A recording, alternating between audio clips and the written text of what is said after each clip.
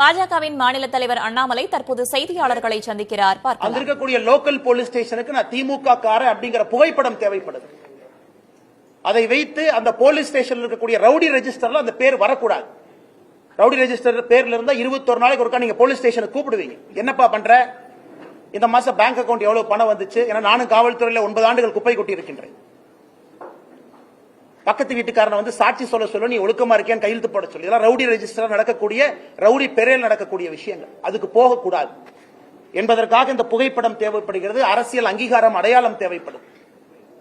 அதை வைத்து மறுபடியும் ஒரு குற்றத்தை செய்திருக்கிறான். இதுதான் எங்களுக்கு கோபம். அவன் திமுக இருக்கிறது எங்களுக்கு கோவம் இல்லை. திமுக என்கின்ற கட்சி போர்வை இன்னைக்கு குற்றம் செய்வர்களுக்கு தேவைப்படுகிறது. அங்க இருந்து அப்படியே அமைச்சர் பக்கத்தில் போனாவே அந்த லோக்கல் ஸ்டேஷன் ஹவுஸ் ஆபீசருக்கு, கிரைம் கான்ஸ்டபிளுக்கு, இன்டெலிஜென்ஸ் பார்க்கக்கூடிய ஹெட் கான்ஸ்டபிளுக்கு தெரியும், அவன் திமுக அந்த பையன் நல்ல பையன், அமைச்சர் கூடவே சுத்துறானே, அந்த பையன் நம்ம ஸ்டேஷன்ல கூப்பிட்டு ரவுடி பரேட் நடத்தினா நம்மளே வச்சு செஞ்சு தண்ணி இல்லாத காட்டுக்கு மாத்திடுவாங்கன்னு. திமுக என்கின்ற போர்வை இருந்தனால மட்டும்தான் இந்த அக்யூஸ்ட் அந்த பொண்ணு மேல கை வச்சிருக்கான். இது வெரி சிம்பிள். இது மூளை இருக்கக்கூடிய, ஆறறிவு இருக்கக்கூடிய எந்த மனிதனுக்கும் கூட தெரியும். திமுக கட்சி பொறுப்பு இருக்கு, திமுக அமைச்சர்களோடு இருக்கிறாங்கிற ஒரே காரணத்துக்காக மட்டும்தான் ஸ்டேஷன்ல என்கொயரி பண்ணல. இதே போல ஒரு குற்றத்தை அவன் செய்திருக்கின்றான். அதே குற்றத்தை 2வது முறை செய்திருக்கின்றான். இதுக்கு நீங்க அடிச்சீங்க பாருங்க பெல்டி அமைச்சர்கள்லாம். எஃப்ஐஆர் எப்படி சார் லீக் ஆச்சு? இந்தியா முழுவதுமே crime criminal tracking network system CCTNS எல்லா போலீஸ் ஸ்டேஷனும் இணைக்கப்பட்டிருக்கிறது ஃபைபர் ஆப்டிக் கேபிள்ல. டேட்டா என்ட்ரி பண்ணோடனே மாஸ்டர் சர்வருக்கு போகும். அதுக்கு ஒரு கண்ட்ரோல் ரூமுக்கு ஒரு SP இருக்கார், இன்ஸ்பெக்டர் இருக்கார். எப்படி அந்த எஃப்ஐஆர் வெளியே வந்துச்சு? போலீஸ் டிபார்ட்மெண்ட் தவிர அந்த எஃப்ஐஆர் யாரு வெளியே விட முடியும்? எல்லாமே இன்டர்நெட் புரோட்டோகால் ப்ரொடெக்டட். அவ்வளவு ஈஸியா ஹேக் பண்ண முடியாத சிஸ்டத்தை. அது ஒரு எஃப்ஐஆரா சார்? ஒரு படிக்காத எழுதுனா கூட ஒழுக்கமா ஒரு எஃப்ஐஆர் எழுதுவான்.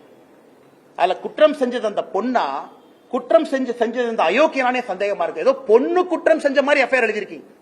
அதையெல்லாம் படிச்சா ரத்தம் கொதிக்குது. நான் என்னுடைய காதலனோடு நான் போனேன், ஒதுக்குப்புறமாக ஒதுங்கி இருந்தேன், என் காதலனுக்கு நான் கிஸ் கொடுத்துக்கிட்டு இருந்தேன். இதெல்லாம் ஒரு எஃப்ஐஆரா சார்? காக்கி சட்டையை போட்டுட்டு அந்த ஸ்டேஷன்ல ஒருத்தவங்க எஃப்ஐஆர் இருக்கீங்களே, வெக்கமா இல்லையா உங்களுக்கு? வெக்கமா இல்லையா? குற்றம் நடந்தது அந்த பெண்ணுக்கு. அந்த எஃப்ஐஆர் படிச்சு அந்த எஃப்ஐஆர் கோர்ட்ல நிக்குமா சார்? ஆனா ஆயிரக்கணக்கில் எஃப்ஐஆர் எழுதியிருக்கு, அல்ல கோர்ட்ல நிக்குமா?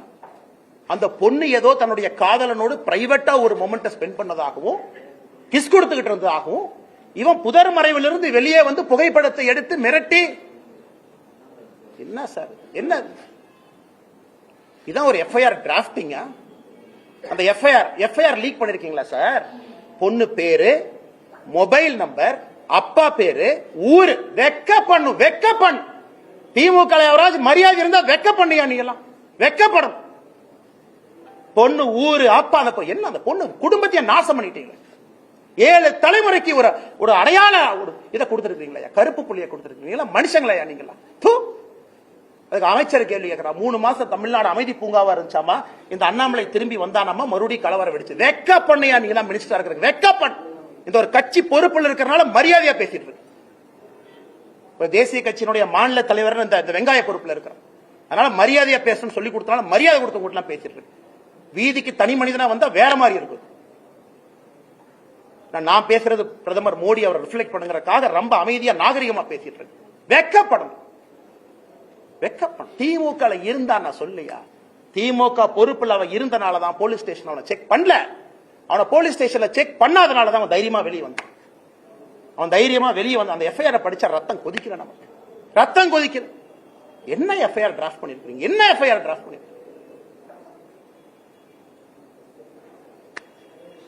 கேட்டா தமிழ்நாடு அப்படி இருக்கு, இப்படி இருக்கு. கேட்டா வடக்கு தெற்கு மயிர், வடக்கு தெற்கு எத்தனை நாளைக்கு அந்த இளவுல சாவறது?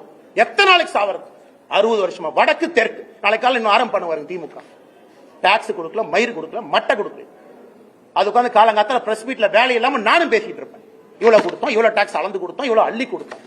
மக்கள் பிரச்சனை யாராச்சும் பேசுறோமா? ஐயா, தமிழ்நாடு அரசியல மக்கள் பிரச்சனை பேசுறோமா? காரி துப்புரமா இருக்கு அரசியல், காரி துப்புரமா. அதனால்தான் இதற்கு ஒரு முடிவு கட்ட வேண்டும் என்று முடிவு செய்திருக்கின்றோம். இந்த அரசியல் நீ ஆகாதுங்க, இந்த அரசியல் ஆகாது. ஆனால் மாநில தலைவராக இந்த கட்சியினுடைய தொண்டனாக நான் ஒரு சங்கல்பம் எடுத்தேன். ஐயோ கட்சினா வந்து ஆர்ப்பாட்டம் பண்ணுவாங்க. எத்தனை ஆர்ப்பாட்டம் பண்றியா? சென்னையில ஆர்ப்பாட்டம் பண்ண போனா முன்னாள் ஆளுநர் அரெஸ்ட் பண்ணி உள்ள வச்சிருக்கேன். நாயை பிடிக்கிற மாதிரி பிடிச்சு. மாநிலத்தினுடைய துணைத் தலைவர் கருணாகராஜன், எங்களுடைய சகோதரர், எத்தனை டைம் பாரதிய ஜனதா கட்சி எத்தனை டைம் அரெஸ்ட் பண்ணுவீங்க? நாங்க எங்களுக்கு தனியா எங்களுக்கு வீட்டுக்கு ரோடு போடுன்னு ஆர்ப்பாட்டம் பண்றோமா? இல்ல எங்க வீட்டுக்கு தண்ணி சிறுவாணி தண்ணி வரலின்னு ஆர்ப்பாட்டம் பண்றோமா? கைது பண்ணி நைட்டு 11:30 வரைக்கும் டாய்லெட் இல்லாத மண்டபத்துல பார்த்து அடைச்சு வச்சு எத்தனை சித்திரவதை தொண்டாங்க பண்ணி அனுப்பிப்பாங்க. அதனால இன்னி உங்களுக்கு இந்த ஆர்ப்பாட்ட வேலையெல்லாம் இல்ல. இன்னிலிருந்து நாங்க வேற மாதிரி தான் உங்களை டீல் பண்ண போறோம். நாங்க ஆர்ப்பாட்டம் பண்ண கலெக்டர் ஆபீஸ்க்கு வருவோம். எங்க ஆளு எல்லாம் காலங்காத்தால 8 மணிக்கு கிளம்பி வருவாங்க. நீங்க அப்படியே ஒரு 1000 போலீஸை போட்டு நாயை பிடிக்கிற மாதிரி 2 பேர்த்த பிடிச்சிட்டு போலாம். நாளையிலிருந்து ஆர்ப்பாட்டம் அப்படி கிடையாது. ஒரு வீட்டுக்கு வெளியே ஆர்ப்பாட்டம் நடக்கும். நீ 10,000 போலீஸ் இறக்கியா பாத்திரலாம். நான் ஒரே இடத்துல அப்படியே என் தொண்டனை கூட்டிட்டு வருவேன். லட்டு அமுத்துற மாதிரி அமுத்திட்டு போயிருவீங்க. நீங்க ஒரு வீட்டுக்கு முன்பு நாளை பாரதிய ஜனதா கட்சியின் தொண்டன் காலையில 10 மணிக்கு வெளியே வந்து நிப்பான். தன்னுடைய தாய்க்காக சகோதரிக்காக குரல் கொடுப்பான். இந்த அண்ணாமலை நாளைக்கு என்ன செய்ய போறேன்னு சொல்ற கேட்டு எல்லா பலத்தையும் பயன்படுத்திட்டோம், பேசிட்டோம். என்ன உங்க கையில ஊடக பலம் இருக்கு, உங்க கையில சினிமா துறை இருக்கு. ஒரு படத்தை எடுத்து வடக்கு தெற்கு நீ பிரிச்ச வேலை முடிஞ்சு போச்சு. உனக்கு உங்க கையில எல்லா விருது கொடுக்கறதுக்கு பேசுறதுக்கு ஆளுங்க இருக்கிறாங்க. சமூக நீதினு பேசுறதுக்கு 10 பேர் இருக்கா. பாரதிய ஜனதா கட்சினா சமூக நீதி இல்லைன்னு பேசுறதுக்கு 50 பேர் இருக்கா. ஆனால் நாளை எனக்கு நானே சாட்டை அடி கொடுக்கக்கூடிய நிகழ்வை காலை 10 மணி என்னுடைய வீட்டுக்கு வெளியே நடத்தப்போறேன். நான் எனக்கு முருகபெருமானுக்கு சூர சம்ஹார பெருமை இந்த தீவிரம்லாம் அழிக்கணும். நாளை காலை 10 மணிக்கு மாநில தலைவராக என்னுடைய இல்லத்திற்கு வெளியே நான் நின்று சாட்டையால் என்னை 6 முறை நான் அடித்துக் கொள்ளப் போகின்றேன். சாட்டை என்னை அடிச்சுக்க போறேன். நாளையிலிருந்து திமுக என்கின்ற கட்சி தமிழகத்தில் ஆட்சியிலிருந்து அகற்றப்படும் வரை நான் செருப்பு போட மாட்டேன். செருப்பு போட மாட்டேன். இந்த அரசியல் நானும் 3 வருஷம் பண்ணி பார்த்துட்டேன். ஒரு முடிவு வரணும். இன்னைக்கு முடிவு வந்தே ஆகும். சும்மா இத்தனை நாளைக்கு எத்தனையாக நானும் வண்டி ஓட்டுறது. வந்தது வேறு, செய்வது வேறு, நடந்து கொண்டிருப்பது வேறு. நாளையிலிருந்து திமுக ஆட்சியிலிருந்து அகற்றப்படும் வரை இந்த பத்திரிகையாளர் சந்திப்பு முடிச்ச செருப்பை கழட்டுனா நீ ஆட்சியிலிருந்து இறங்குற வரைக்கும் நான் செருப்பு போட மாட்டேன். பார்த்தலாம்.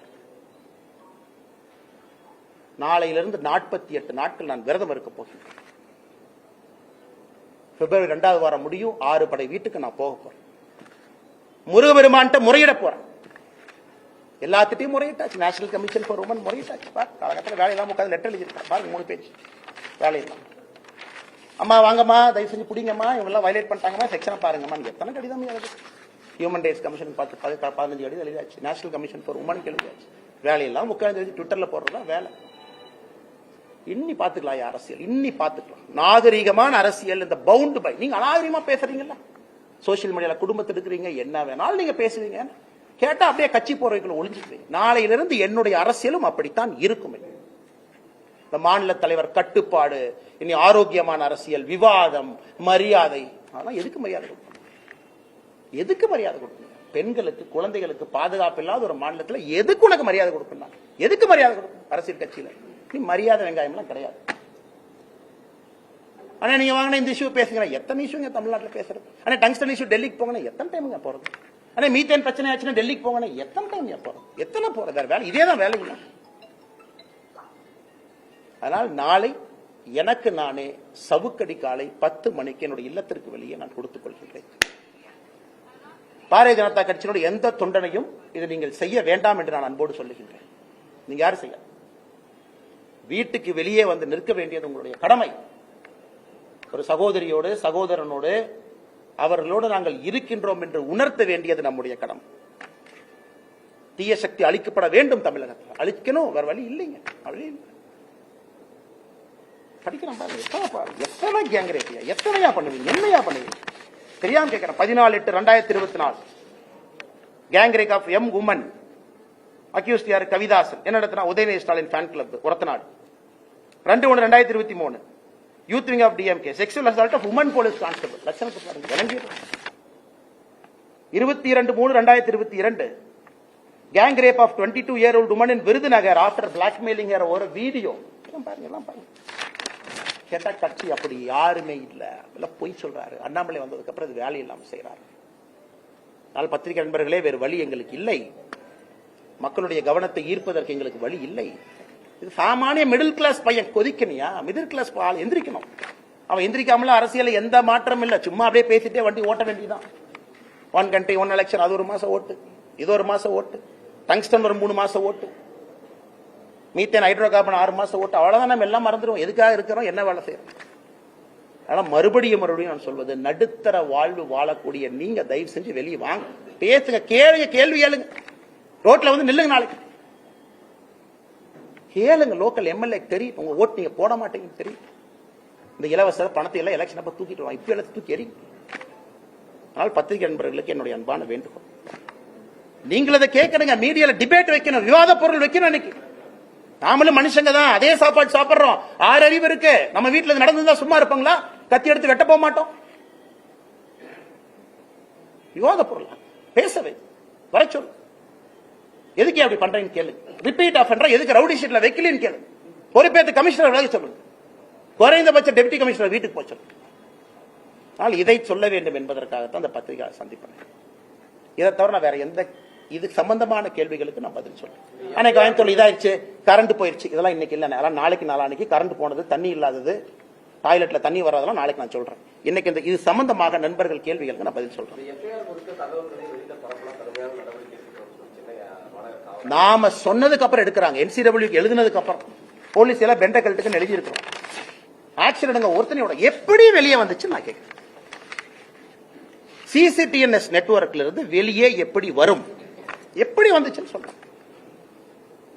யாராச்சும் ஹேக் பண்ணிட்டாங்களா? அப்ப யாரு ஹேக் பண்ணாங்கன்னு சொல்லுங்க. செல்போன்ல எல்லாம் எடுக்கலீங்க, PDF அப்படியே PDF டவுன்லோட் பண்ணி வெளியே விட்டுருக்கீங்க. எதுக்கு? விக்டிம் ஷேமிங் பண்ணணும். Victim shaming. இந்த பொண்ணு சரியில்லை, அதனாலதான் இது நடந்துச்சு. எத்தனை நாளைக்கு அந்த டிராமாவை தமிழ்நாட்டில் பண்ணுவீங்க? எத்தனை நாளைக்கு பண்ணுவீங்க? இந்த பொண்ணு சரியில்லாத பொண்ணு அப்படின்னு மக்களுக்கு பார்த்தா தெரியணுமா?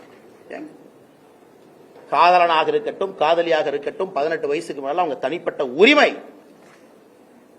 வெட்கி தலை குனினுங்க, தலை குனினுங்க, தலை குனி. நாம் எல்லோருமே சாமானிய மனிதர்களாக தலை குனிந்து நிற்கணும். ஏன்னா சகோதரி நம்ம மண்ணில் தமிழ்நாட்டில் அது நடந்தது. பாவம் எவ்வளவு கஷ்டப்பட்டிருப்பாங்க அந்த பொண்ணு. பாருங்க எவ்வளவு அசிங்கப்படுது. எஃப்ஐஆர் படிச்சு பாருங்க.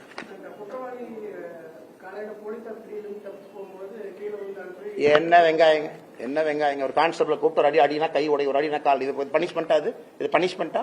ஒரு மாவு கட்டு போட்டு எடுத்து போட்டோ கொடுத்துட்டா அப்படியே மக்களுடைய கோபம் அப்படியே தணிஞ்சு, அப்பா அவனுக்கு வந்து பாருப்பா கை ஒரு கை உடஞ்சிட்டு மாவு கட்டி போட்டிருக்காங்க, கால் ஒரு கால் உடஞ்சிருச்சு மாவு கட்டு போட்டாங்க.